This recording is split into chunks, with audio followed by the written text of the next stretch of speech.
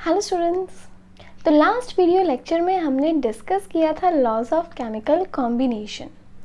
आज के video lecture में हम डिस्कस करेंगे डाल्टन्स एटॉमिक थ्योरी। तो देखिए, डाल्टन्स एटॉमिक थ्योरी के आप जो बेसिस हैं उन्हें क्लास 9 में भी पढ़ चुके हैं, बस अब उसी चीज़ को थोड़ा एक्सटेंडेड वे में हमें स्टडी करना है। तो सबसे पहले आज के वीडियो लेक्चर में हम डाल्टन्स एटॉमिक थ्योरी के पोस्टुलेट्स डिस्कस करेंगे। उसके बाद देखेंगे कि जो डाल्टन्स एटॉमिक थ्योरी है किन लॉज ऑफ केमिकल कॉम्बिनेशंस को फॉलो करती है या किन लॉज को फॉलो नहीं करती। उसके बाद हम डिस्कस करेंगे इसके limitations and then we will move on to modern atomic theory. तो चलिए स्टार्ट करते हैं अभी। डाल्टन्स एटॉमिक थ्योरी, देखिए Dalton's atomic theory was put forward by John Dalton, right. देखिए, तो क्या था, सबसे पहले जब मैटर के बारे में डिस्कस किया गया था बिल्कुल इनिशियली स्टार्टिंग में, तो कहा गया था मैटर समथिंग और anything that occupy space and has मास। ऐसी कोई भी चीज़ जो कि स्पेस ऑक्यूपाई करे, जिसका मास हो, उसे हम क्या कहते हैं, मैटर। उसके बाद है आए महर्षि कन्नडा।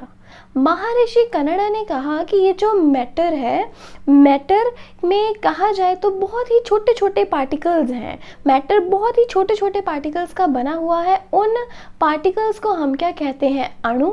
और अणु और भी छोटे पार्टिकल्स के बने हैं जिन्हें हम कहते हैं परमाणु। आफ्टर दैट डेमोक्राइटस ने परमाणु वर्ड को नाम दिया एटम। तो तब से ही हम ये एटम वर्ड्स का यूज़ लाए हैं, राइट। अब इसी एटम को डिस्क्राइब करने के लिए, मैटर की प्रॉपर्टीज एंड एटम, इन्हें डिस्क्राइब करने के लिए जॉन डाल्टन ने अपनी थ्योरी फॉरवर्ड की। तो आज हम पहले उसी के पोस्टुलेट को डिस्कस करते हैं कि जो डाल्टन थ्योरी है वो क्या कहती है। तो इसका फर्स्ट पोस्टुलेट है, matter is made up of extremely small particles called as atoms. यहाँ इसने महर्षि कन्नडा एंड डेमोक्राइटस की बात को ही रिपीट किया है, दैट कि जो मैटर है बहुत ही छोटे छोटे पार्टिकल्स का बना हुआ है। उन छोटे पार्टिकल्स को हम क्या कहते हैं, एटम्स, राइट। आफ्टर दैट इसका सेकेंड पोस्टुलेट है, atoms of the same element are identical in all respect. देखिए, अगर हम बात करते हैं ऑक्सीजन की, ऑक्सीजन के सभी एटम्स मीन्स कहीं से भी हो, कोई भी ऑक्सीजन का एटम हो, उसका मास नंबर हमेशा कितना रहेगा, 16। उसका एटॉमिक नंबर कितना रहेगा, 8। तो उसका साइज भी, अगर हम कोई भी दो एटम्स को, ऑक्सीजन के कोई भी दो एटम्स को आपस में कंपेयर करें, उस टाइम पे उनका साइज, उनकी शेप, उनकी प्रॉपर्टीज सब क्या रहेंगी, बिल्कुल सेम रहेंगी। जैसे कि हम कह लें आइडेंटिकल ट्विन्स, जो आइडेंटिकल ट्विन्स होते हैं उनकी देखिए आईज भी सेम रहती है, नोज, उनके पूरे फेशियल फीचर्स सेम रहते हैं, एक जैसी ही वो चीज़ें करते हैं। तो मतलब ये चीज़ है यहाँ पे, अगर हम थोड़ा सा इसे कोरिलेट करने की कोशिश करें तो, कि अगर हम एक ही एलिमेंट की बात कर रहे हैं तो ऑक्सीजन का सोर्स कुछ भी हो, if we are having the oxygen elements, अगर हम दो ऑक्सीजन एलिमेंट्स को कंपेयर कर रहे हैं, दोनों का ही एटॉमिक नंबर 8 रहेगा, दोनों का ही मास नंबर 16 रहेगा।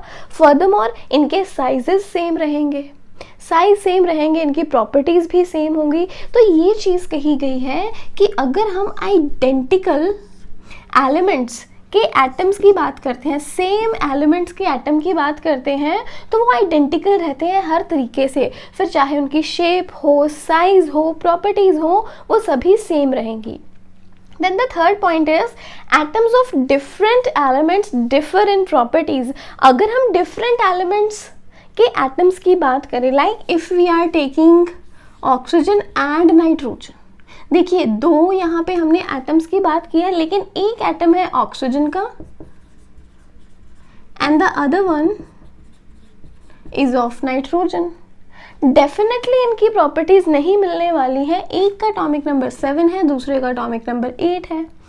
एक का मास नंबर 14 है, दूसरे का मास नंबर 16 है। मतलब इनका शेप हुआ, साइज हुआ, ये सभी डिफर करेंगे, इनकी केमिकल एंड फिजिकल प्रॉपर्टीज भी फिर डिफर करेंगी।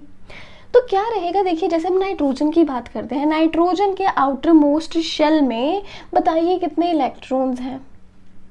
आउटर मोस्ट शेल में नाइट्रोजन के 5 इलेक्ट्रॉन्स हैं, जबकि ऑक्सीजन के पास कितने इलेक्ट्रॉन्स हैं आउटर मोस्ट शेल में, इट इज़ हैविंग 6 इलेक्ट्रॉन। तो सबसे पहले साइज का तो यहाँ से फ़र्क आ जाएगा। So this is the thing here कि अगर हम डिफरेंट एलिमेंट्स के एटम्स को कंपेयर करें तो उनकी प्रॉपर्टीज भी डिफरेंट रहेंगी।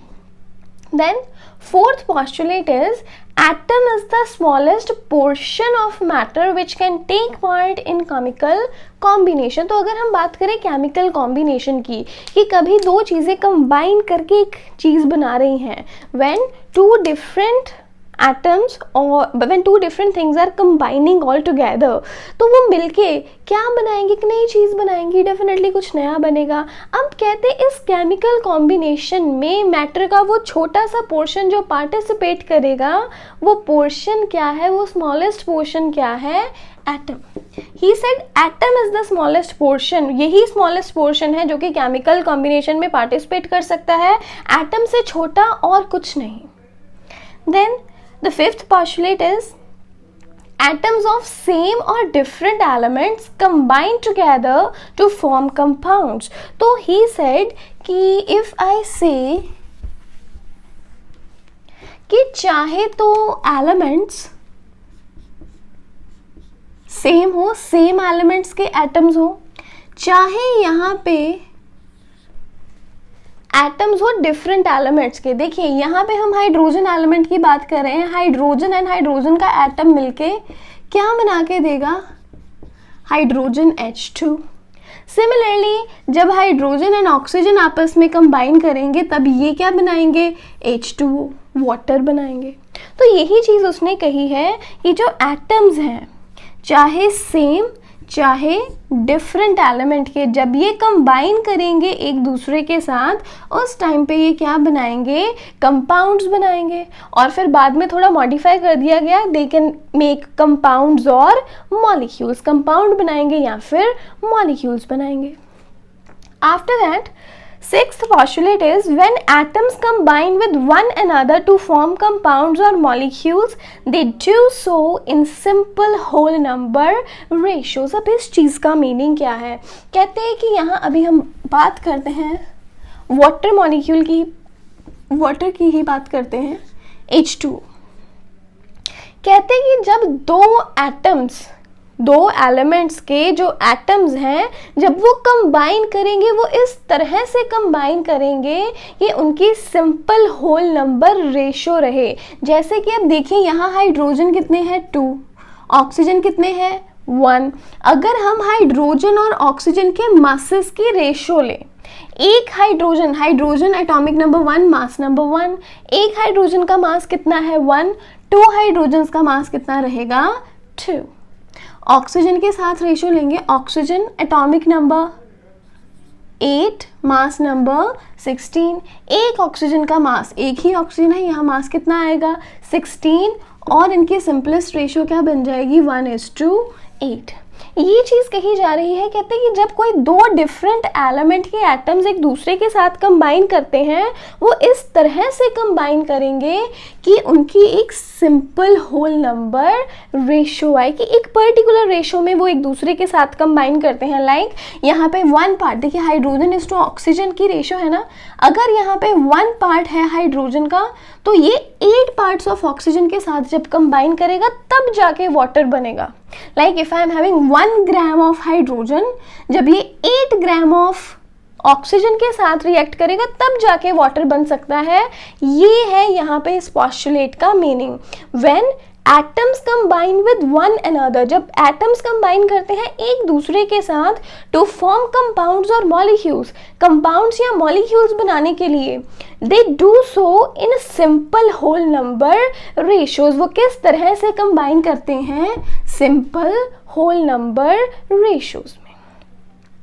Atoms can neither be, next है पॉइंट अभी, atoms can neither be created nor destroyed in a physical change or a chemical reaction। तो it's said कि जो एटम है, एटम ना तो क्रिएट किया जा सकता है ना ही डिस्ट्रॉय होगा किसी फिजिकल चेंज या केमिकल रिएक्शन में, कि चाहे फिजिकली कोई चेंज आए एटम तभी भी डिस्ट्रॉय नहीं होगा, एटम तभी भी क्रिएट नहीं होगा, चाहे कोई केमिकल रिएक्शन हो तभी भी एटम ना तो क्रिएट होगा ना ही डिस्ट्रॉय होगा। तो ये है इसका फाइनल पॉस्टुलेट। तो ये थे इसके कुछ पॉस्टुलेट, जैसे मैटर बना है एटम्स का, एटम्स सेम एलिमेंट के हो तो उनकी प्रॉपर्टीज भी सेम रहती, तो आइडेंटिकल हैं सभी रिस्पेक्ट में।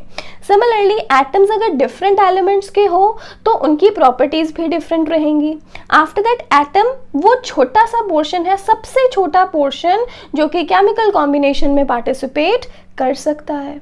देन एटम्स सेम या डिफरेंट एलिमेंट्स के हो, वो कंबाइन करेंगे कंपाउंड्स या मॉलिक्यूल्स बनाने के लिए, और जब ये कंबाइन करते हैं कंपाउंड या मॉलिक्यूल बनाने के लिए ये कंबाइन करेंगे सिंपल होल नंबर रेशियोज में। जैसे वाटर बनना है तब हाइड्रोजन एंड ऑक्सीजन एक दूसरे के साथ 1:8 की रेशियो में कंबाइन करेंगे।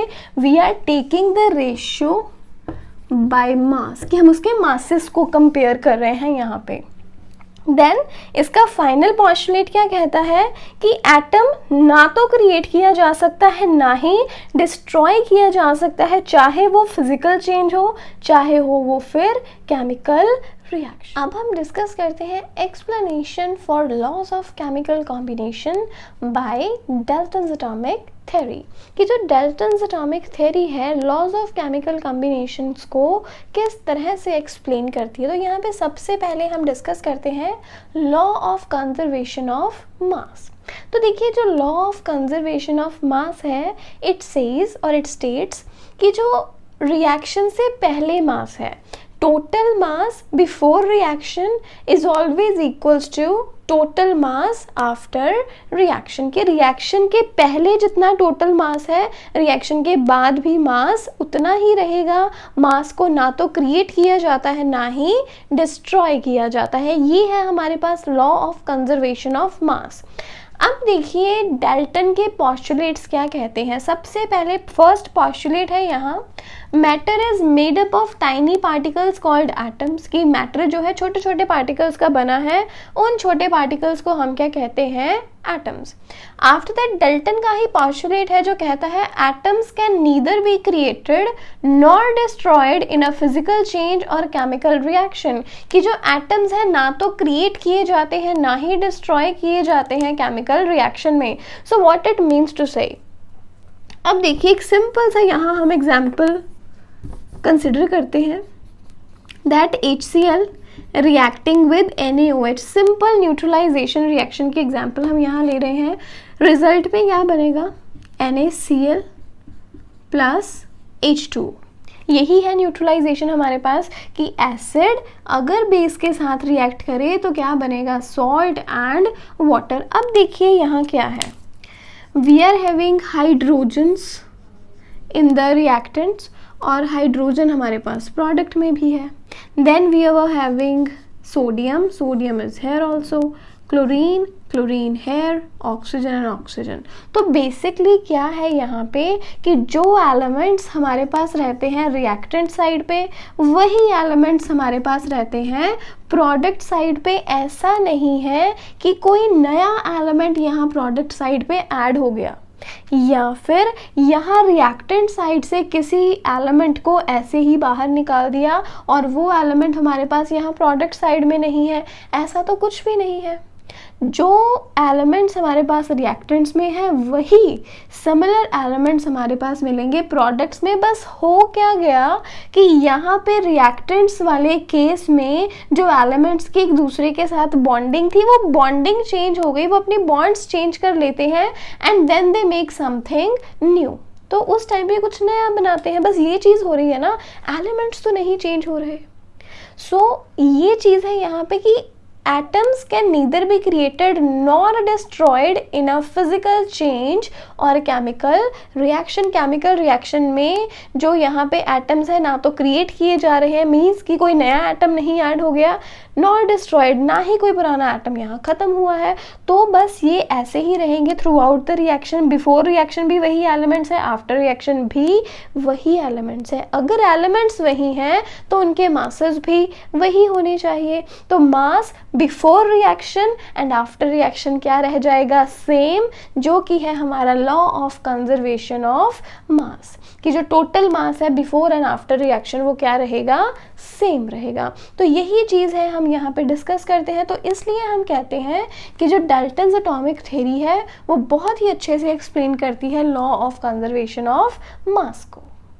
नेक्स्ट है अभी लॉ ऑफ डेफिनेट प्रोपोर्शंस। तो अभी हम यहाँ ये डिस्कस करेंगे कि डाल्टन्स एटॉमिक थ्योरी किस तरह से एक्सप्लेन करती है लॉ ऑफ डेफिनेट प्रोपोर्शंस को। तो सबसे पहले हम ये देखते हैं कि लॉ ऑफ डेफिनेट प्रोपोर्शन की स्टेटमेंट क्या है। It states a pure chemical compound always consists of the same elements combined together in a fixed ratio by mass। So क्या मीनिंग है, कहते हैं एक प्योर केमिकल कंपाउंड, मान लीजिए हम यहाँ बात कर रहे हैं कार्बन डाइऑक्साइड की। अगर हम कार्बन डाइऑक्साइड की बात कर रहे हैं तो देखिए यहाँ क्या रहेगा कि carbon in the form of Coke, अगर इसे ऑक्सीजन की प्रेजेंस में हीट किया जाए तो ये प्रोवाइड करेगा हमें CO2, that is carbon dioxide. तो कार्बन डाइऑक्साइड इस समय यहाँ पे क्या है, a pure chemical compound. It says it always consists of the same elements combined together in a fixed ratio by mass। देखिए यहाँ पे Coke and oxygen on heating हमें कार्बन डाइऑक्साइड प्रोवाइड कर रहे हैं। सिमिलर वे में अगर हमारे पास हो calcium carbonate that is CaCO3, अगर हम इसे हीट करेंगे तो ये भी क्या प्रोवाइड करेगा, CaO अलॉन्ग विद CO2।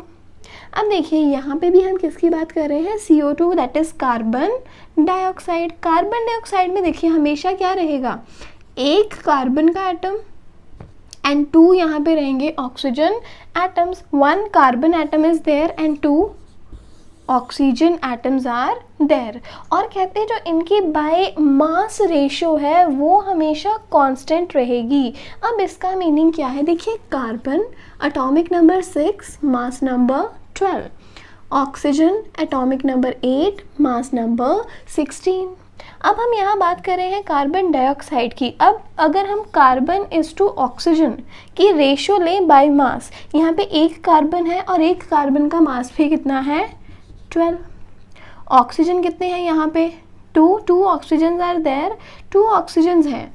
एक ऑक्सीजन का मास 16 है तो 2 ऑक्सीजन का मास कितना हो जाएगा, 32। तो यहाँ पे क्या रेशियो आ जाएगी, 12:32।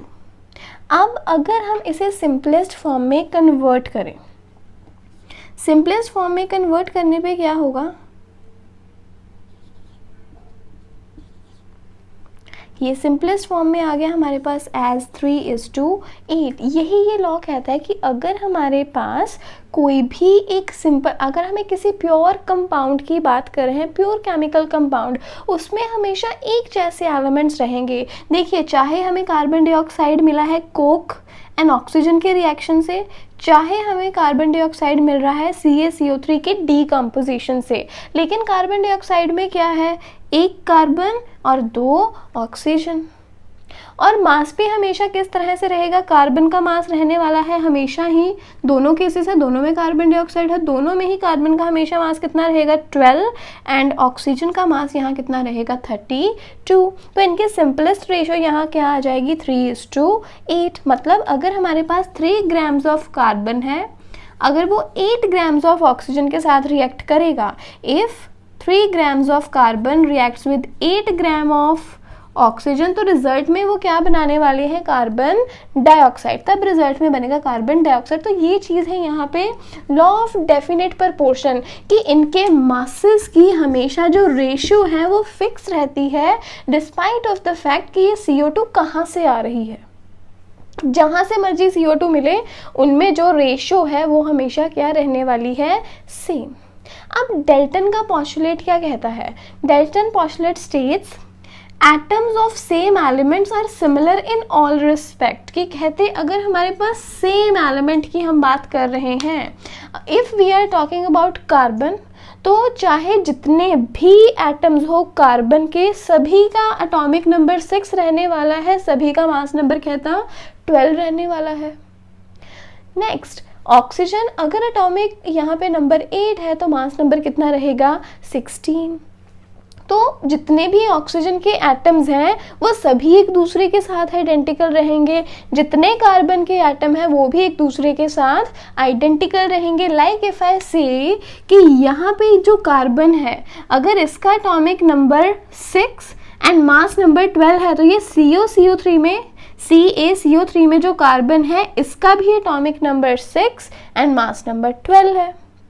अगर यहाँ पे ऑक्सीजन जो यूज़ हो रही है उसका एटॉमिक नंबर 8 है तो यहाँ जो ऑक्सीजन है उसका एटॉमिक नंबर भी 8 ही रहेगा एंड मास नंबर रहेगा 16। मतलब कहीं भी कार्बन है कहीं भी ऑक्सीजन है, इनकी जो केमिकल एंड फिजिकल प्रॉपर्टीज़ हैं वो क्या रहेंगी, सेम रहेंगी, वो चेंज होने वाली नहीं है, सोर्स जो मर्जी हो। So this is the thing, atoms of same elements are similar in all respect। तो कहते हैं when the same atoms belonging to different elements participate in a compound they do not undergo any change in mass। अब देखिए क्या चीज़ है यहाँ पे, carbon and oxygen CnO2 are providing us CO2 and then we have the decomposition of CaCO3 which is giving us CaO and CO2। तो यहाँ पे चीज़ ये है कि अगर CO2 हमारे पास, ये देखिए हम इसे मान लेते हैं ये हमारा केस 1 है and this is our case 2।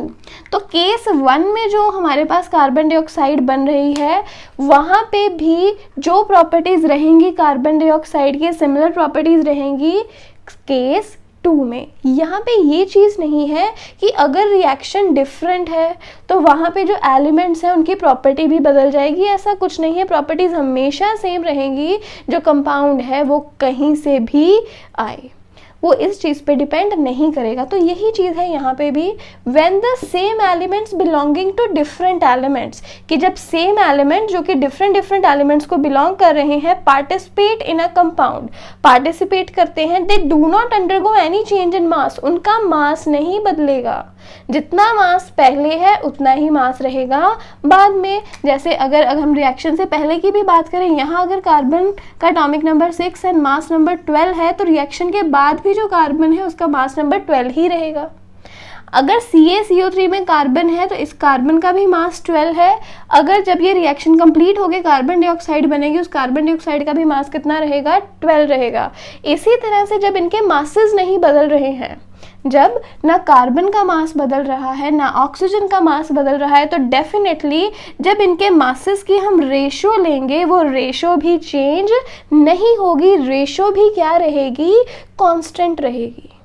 और ये चीज़ डाल्टन ने बहुत अच्छे से प्रूव की है, अपने पोस्टुलेट्स में बहुत अच्छे से एक्सप्लेन की है कि जो कंपाउंड्स हैं, कंपाउंड के जो एलिमेंट्स हैं वो एक केस से दूसरे केस में अपने मासेस नहीं बदलते। अगर वो अपने मासेस नहीं बदल रहे हैं, मास हमेशा कार्बन का 12 है, ऑक्सीजन का हमेशा 32 है, तो जब भी रेशो लेंगे रेशो कितनी आएगी 3:8। मतलब रेशो चेंज होने वाली नहीं है, रेशो कांस्टेंट है, रेशो डेफिनेट है। इसीलिए हम इसे कहते हैं law of definite proportion. Proportions और रेशोज आर ऑलवेज सेम क्योंकि मासेस चेंज नहीं होंगे।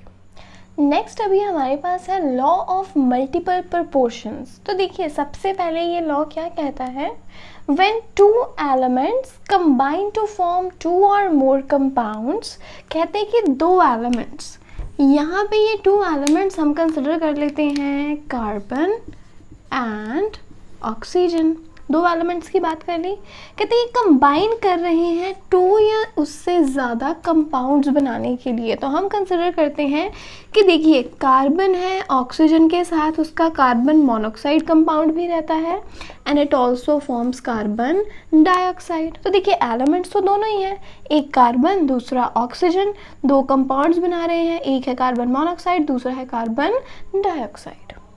अब नेक्स्ट क्या है, the mass of one of the element which combine with a fix mass of other, the mass of one of the element which combines with a fix mass of other. अब इसका meaning समझिए, देखिए हम यहाँ carbon and oxygen की ratio लेते हैं दोनों ही केसेस में। सो वी नो दैट कि carbon mass number 12, oxygen mass number 16, कि इसका एटॉमिक मास 12 है, इसका एटॉमिक मास 16 है। अब रेशियो में क्या आएगा, देखिए एक कार्बन है मीन्स 12 मास, रेशियो इसकी ऑक्सीजन के साथ लेंगे दैट इज 60। अब इसी तरह से यहाँ पे एक कार्बन है, एक कार्बन का मास 12, ऑक्सीजन कितने हैं CO2 में 2, तो 2 ऑक्सीजन्स का मास भी हमारे पास कितना रहेगा 32। अब सिंपलेस्ट रेशो में ये रहेंगे हमारे पास 3:4 and then we have 3:8। Carbon monoxide में कार्बन और ऑक्सीजन की रेशो है 3:4। कार्बन डाइऑक्साइड में carbon is to oxygen ratio है हमारे पास 3:8। अब देखिए दोनों ही केसेस में अगर हम कार्बन की बात करें तो कार्बन यहाँ पे कितने पार्ट्स में है, 3 parts of carbon here, 3 parts of carbon there. मतलब क्या है यहाँ पे, अगर हम कहें अगर हमारे पास 3 ग्राम कार्बन है, if we have 3 grams of carbon, तो वो किसके साथ रिएक्ट करेगी, it will react with 4 grams of oxygen to make carbon monoxide. Carbon monoxide बनाने के लिए 3 ग्राम कार्बन 4 ग्राम ऑक्सीजन के साथ रिएक्ट करेगी। अब इसी तरह से यहाँ हम देखें तो यहाँ पे हमारे पास क्या है, 3 ग्राम्स ऑफ कार्बन रिएक्ट किसके साथ करेगी, 8 ग्राम्स ऑफ ऑक्सीजन के साथ। तो देखिए फ़र्क क्या है यहाँ पे कि कार्बन जो है, कार्बन की यहाँ पे अमाउंट फिक्स्ड है दैट इज 3 ग्राम्स। यही हमने कहा है the mass of one of the element which combine with a fix mass of other, कि दूसरे का मास जो है वो फिक्स रहे 3 ग्राम्स। यहाँ कार्बन का मास फिक्स है, लेकिन एक केस में ऑक्सीजन हमारे पास 4 ग्राम्स है, दूसरे केस में हमारे पास ऑक्सीजन 8 ग्राम्स है, और यही ऑक्सीजन की जब हम अमाउंट चेंज करते हैं हमारे पास कंपाउंड भी बदल जाता है। एक बार हमारे पास बना कार्बन मोनोक्साइड जब ऑक्सीजन की अमाउंट कम है, we have carbon monoxide. Oxygen की जो अमाउंट है जब 8 ग्राम्स हो गई, बढ़ गई, उस टाइम पे हमारे पास कंपाउंड भी चेंज हो गया that is carbon dioxide.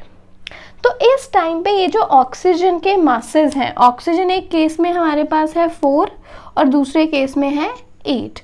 In oxygen के मासेस की अगर हम रेशो लें तो रेशो कितनी आ जाएगी, 1:2। तो ये चीज़ कही जा रही है कि अगर एक एलिमेंट किसी दूसरे एलिमेंट के साथ कंबाइन कर रहा है, एलिमेंट यहाँ हम कॉमन कह रहे हैं ऑक्सीजन, एंड यहाँ पे कार्बन है, कार्बन का मास यहाँ रख दिया है फिक्स। सो जब एक एलिमेंट किसी फिक्स मास के साथ कंबाइन करता है तब उसके मासेस जो हैं आपस में भी क्या रखते हैं, सिंपलेस्ट होल नंबर रेशो। और यहाँ पे जो डेल्टन थ्योरी है वो क्या कह रही है, when atoms combine to form compounds और molecules they do so in simple whole number ratios. यहाँ पे डेल्टन भी सेम चीज़ कह रहा है दैट जब एटम्स कंबाइन करते हैं कंपाउंड्स या मॉलिक्यूल्स बनाने के लिए, वो भी एक दूसरे के साथ सिंपल होल नंबर रेशो रखते हैं। तो देखिए यहाँ पे केसेस क्लियर हैं, जब कार्बन मोनोक्साइड है उसमें भी कार्बन एंड ऑक्सीजन की यहाँ पे हमारे पास सिंपलेस्ट रेशो है, कार्बन डाइऑक्साइड में भी हमारे पास सिंपलेस्ट रेशो है। जब हमने देखा कि इन दोनों में कार्बन के मासेस फिक्स हैं, तो जब ऑक्सीजन के मासेस की हम रेशो लेते हैं वो भी क्या है, एक हमारे पास फिक्स रेशो है। यहाँ पे हमारे पास एक सिंपल होल नंबर रेशो आ रही है। सो यही चीज़ कही डाल्टन ने, तो इसलिए हम कहते हैं कि जो डाल्टन है वो एक्सप्लेन करता है लॉ ऑफ मल्टीपल प्रोपोर्शंस को। आफ्टर दैट ये थ्योरी बहुत ही अच्छे से एक्सप्लेन करती है लॉ ऑफ रेसिप्रोकल प्रोपोर्शंस को। तो देखिए यहाँ आपको एग्जाम्पल के साथ ही समझाती हूँ मैं कि किस तरह से law of reciprocal proportion and ये थ्योरी एक दूसरे के साथ इंटर रिलेटेड है। तो देखिए अगर हम बात करें कार्बन एंड हाइड्रोजन की, we are talking about carbon and hydrogen. तो देखिए कार्बन एंड हाइड्रोजन अगर एक दूसरे के साथ कंबाइन करके बनाते हैं methane, that is CH4। Carbon का एटॉमिक मास कितना है 12, हाइड्रोजन का एटॉमिक मास है 1। तो देखिए अगर हम यहाँ पे हाइड्रोजन और कार्बन की रेशो लें तो रेशो में हमारे पास क्या आ जाएगा, देखिए 4 हाइड्रोजन्स हैं तो यहाँ रहेगा 4, कार्बन हमारे पास एक ही है तो यहाँ क्या आ जाएगा 12। सिंपलेस्ट फॉर्म में इनकी रेशो क्या आ जाएगी 1:3। कार्बन और hydrogen, hydrogen is to carbon ratio हमारे पास कितनी आ गई 4:3। और जो पोस्टुलेट है डाल्टन का क्या कहता है कि जब दो एटम्स, दो एलिमेंट्स के एटम्स जब कंबाइन करके कंपाउंड बनाते हैं they do so in simple whole number ratios. एक चीज़ यहाँ पे। अब इसी तरह से कार्बन के साथ अगर ऑक्सीजन कंबाइन करके बना दे ये कार्बन डाइऑक्साइड। अब इस टाइम पे अगर हम ऑक्सीजन एंड कार्बन की अगर हम रेशो लें, ऑक्सीजन इसका एटॉमिक मास कितना रहता है हमारे पास 16, कितने ऑक्सीजन है 2, तो यहाँ पे मास कितना आ जाएगा 32। कार्बन एटॉमिक मास कितना है 12, क्योंकि यहाँ पे एक ही कार्बन है। सिंपलेस्ट फॉर्म में अगर इसको कन्वर्ट किया जाए व्हाट वी विल गेट 8:3। अब देखिए यहाँ एक टाइम पे, देखिए अब अगर हम इस ऑक्सीजन को ना देखें, एक टाइम पे जब कार्बन हाइड्रोजन के साथ कंबाइन कर रहा है it is making methane CH4। अगर कार्बन ऑक्सीजन के साथ कंबाइन कर रहा है इट इज़ मेकिंग CO2। अब दोनों केसेस में आप कॉमन देखिए क्या है, कार्बन कॉमन है, कार्बन हाइड्रोजन के साथ कंबाइन कर रहा है, कार्बन ही कंबाइन कर रहा है ऑक्सीजन के साथ। और कार्बन का मास देखिए, ये कार्बन की रेशो है ना तो यहाँ पे, तो कार्बन का मास कितना है 3, यहाँ भी कार्बन इसका मास कितना है 3, मतलब hydrogen and oxygen fixed mass of hydrogen, fix mass of carbon, fix mass of carbon के साथ यहाँ कंबाइन कर रहे हैं। अगर ये दोनों फिक्स मास ऑफ कार्बन के साथ कंबाइन कर रहे हैं तो इन कंपाउंड्स की जो रेशोज आई हैं, इन कंपाउंड के मासेस की जो सेपरेट रेशोज हैं, अगर हम इन्हें कंपेयर करें तो 1:3 है। 1:3 को हम क्या लिख सकते हैं 1/3। इसकी हम रेशो लेंगे किसके साथ 8:3 के साथ। अल्टीमेट हमारे पास रेशो कितनी आ जाएगी 1:8। मीथेन एक कंपाउंड है, इस कंपाउंड के मास की रेशो, कार्बन डाइऑक्साइड CO2 इस कंपाउंड की रेशो दैट इज 8:3। जब इन दोनों कंपाउंड्स की आपस में रेशो ली तो हमारे पास इनकी रेशो कितनी आ गई 1:8। अब यहाँ पे क्या है कि अगर हाइड्रोजन एंड ऑक्सीजन आपस में मिलके एक कंपाउंड बनाए दैट इज वाटर में अगर अब हम रेशो चेक करें हाइड्रोजन एंड ऑक्सीजन की कितनी आएगी, हमारे पास 2 हाइड्रोजन है 2, ऑक्सीजन 1 है तो यहाँ क्या आ जाएगा 16। सिंपलेस्ट फॉर्म में कितनी आ गई 1:8। तो आप क्या ऑब्जर्व करेंगे कि जब हमने मीथेन एंड कार्बन डाइऑक्साइड दो कंपाउंड्स के मासेस की रेशो को आपस में कंपेयर किया we get the result as 1:8। जब इन्हीं दो कंपाउंड्स ने आपस में एक कंपाउंड बनाया, इन दोनों एलिमेंट्स ने आपस में एक कंपाउंड बनाया, उस टाइम पे भी रेशो क्या आई 1:8। और यही है कुछ हमारे पास डाल्टन्स एटॉमिक थ्योरी के पोस्टुलेट। क्या है इसमें, एज द एटम्स कंबाइन, जैसे एटम्स कंबाइन करते हैं in the simple whole number ratio to form molecules, कि जब एटम्स कंबाइन करते हैं सिंपल होल नंबर रेशो में मॉलिक्यूल बनाने के लिए, these ratios are bound to remain same। तब ये जो ratios हैं these are bound to remain same, तब ये ratios जो हैं वो सेम रहेंगी या फिर रहेंगी सिंपल होल नंबर्स में रहेंगी in the compounds in which atoms of different elements participate, जिसमें डिफरेंट एलिमेंट्स के जो एटम्स हैं जब पार्टिसिपेट करते हैं तब इनकी रेशोज जो हैं these are bound to remain same. और यही चीज़ कह रहा है डाल्टन एटॉमिक थ्योरी, सेम चीज़ ही है, जो सेम हमारे पास लॉ है वो लॉ किसका है, लॉ ऑफ रेसिप्रोकल प्रोपोर्शंस का।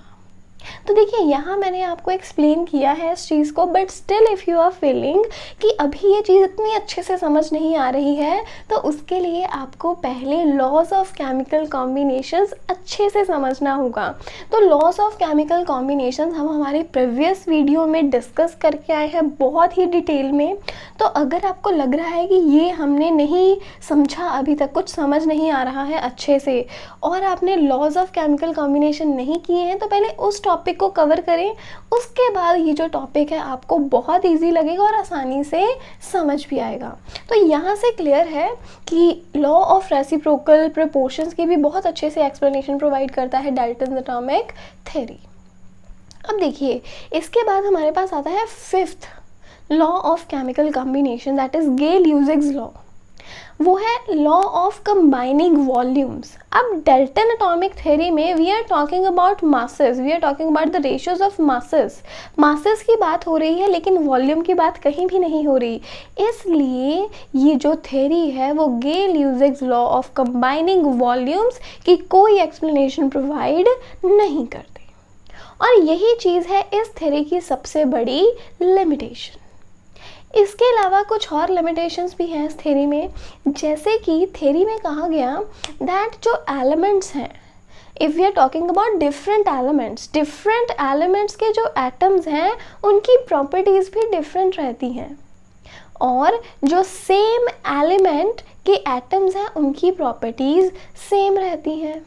तो क्वेश्चन पूछा गया क्यों, क्या रीज़न है इनकी प्रॉपर्टीज सेम या फिर डिफरेंट होने का। He had no answer. After that theory में कहा गया कि दो एलिमेंट्स के जो एटम्स आपस में कंबाइन करते हैं और एक मॉलिक्यूल या फिर कंपाउंड बनाते हैं, he use the terms molecules and compounds. And question arise हुआ कि मॉलिक्यूल एंड कंपाउंड में क्या डिफरेंस है।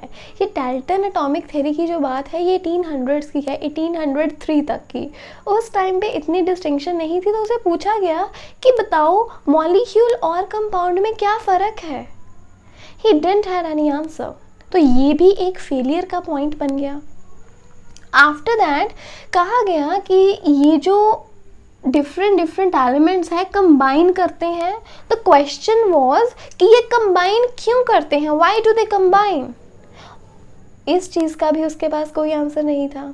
फर्दरमोर ये चीज़ कहते चलो ठीक है कंबाइन करते भी हैं, तो ऐसी कौन सी फोर्स है जो कि इन एटम्स को एक दूसरे के साथ बाउंड करके रखती है। देखिए पहला क्वेश्चन तो ये था कि ये कंबाइन करते ही क्यों हैं, इस चीज़ का भी कोई आंसर नहीं था। फिर क्वेश्चन ये आ गया कि अगर ये कंबाइन कर गए, कंपाउंड बन भी गया, उस टाइम पे ऐसी कौन सी फोर्स है जो कि इन एटम्स को एक दूसरे के साथ बाउंड करके रखती है। Then also he had no answer। तो ये कुछ पॉइंट्स हैं यहाँ पे इस थ्योरी के लिमिटेशंस बने हैं जो, बट स्टिल ये जो थ्योरी है बहुत ही अच्छे से एक्सप्लेन करती है हमारे 4 लॉज ऑफ केमिकल कॉम्बिनेशंस को, but yes it do have some limitations as well.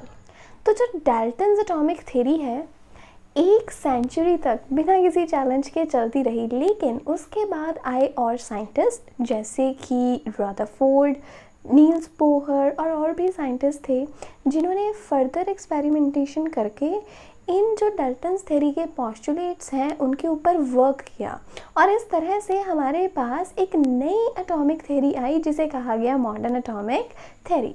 तो इस थ्योरी के पोस्टुलेट्स क्या हैं, देखिए ये कहती है atom is no longer indivisible. देखिए डाल्टन थ्योरी ने कहा है कि जो एटम है वो इंडिविजिबल है, एटम इज इंडिविजिबल, जिसे फर्दर डिवाइड नहीं किया जा सकता। लेकिन मॉडर्न एटॉमिक थ्योरी के अकॉर्डिंग हमें सबको पता है दैट एटम्स में रहते हैं प्रोटॉन्स, न्यूट्रॉन्स एंड इलेक्ट्रॉन्स। इनके अलावा और भी सब एटॉमिक पार्टिकल्स हैं, वो धीरे धीरे जैसे हम आगे बढ़ते जाएंगे उन्हें भी डिस्कस करेंगे। तो ये है हमारे पास एक चीज़ तो यहाँ से क्लियर हो गई कि जो एटम है वो इंडिविजिबल नहीं है। लेकिन जो डाल्टन की परसेप्शन थी कि केमिकल कॉम्बिनेशन में पार्टिसिपेट करने वाला वो छोटा सा पार्टिकल एटम है, ये उसकी परसेप्शन सही है कि जो केमिकल कॉम्बिनेशंस हैं वो डेफिनेटली एटॉमिक लेवल्स पर ही होते हैं, लेकिन अगर हम कहें कि एटम इनडिविजिबल है, ये चीज़ ट्रू नहीं है, क्योंकि उसमें सब एटॉमिक पार्टिकल्स भी हैं जैसे कि protons, electrons and neutrons. After that इस थ्योरी का सेकेंड पॉइंट है all atoms of an element may not be similar. कहते हैं जो एक ही एलिमेंट के सभी एटम्स हैं वो सिमिलर ना भी हो, ये चीज़ भी ट्रू है। जैसे कि हम बात करें आइसोटोप्स की। अब आइसोटोप्स में क्या रहता है, जैसे हाइड्रोजन है, हाइड्रोजन के 3 आइसोटोप हैं, protium atomic number 1 mass number 1, deuterium atomic number 1 mass number 2, tritium atomic number 1 and mass number 3। तो देखिए यहाँ पे एलिमेंट वही है हाइड्रोजन, लेकिन वी आर हैविंग 3 आइसोटोप्स। एक में हमारे पास एक ऐसा हाइड्रोजन है जिसका एटॉमिक मास 1 है, एक का 2 है और एक का 3 है।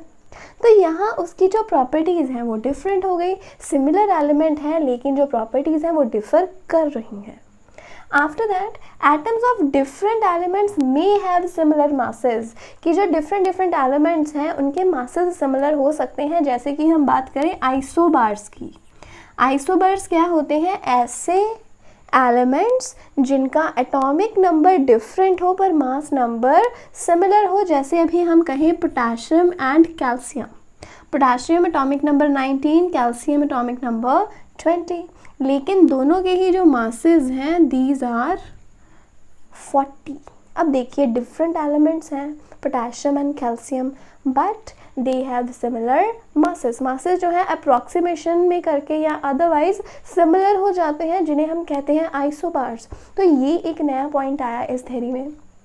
Then atom is no longer indestructible. कहते हैं ना कि एटम इनडिस्ट्रक्टिबल है, ना क्रिएट किया जाए ना डिस्ट्रॉय किया जाए, ये चीज़ भी है। इन्होंने ये प्रूव किया that atom is no longer indestructible, क्योंकि alpha, beta and gamma, alpha rays, beta rays and gamma particles जैसे यहाँ पे कंपोनेंट्स हैं जो कि एटम्स रिलीज करता है, जिनके कारण से इनके जो न्यूक्लियाई हैं वो डिवाइड हो सकते हैं।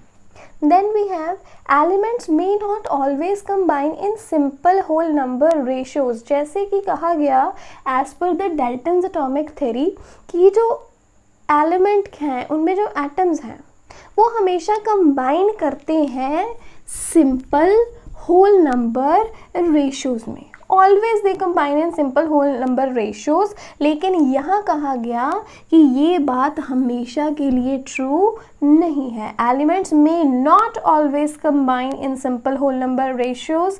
एग्जाम्पल के लिए है हमारे पास सुक्रोज। क्या है ये सुक्रोज?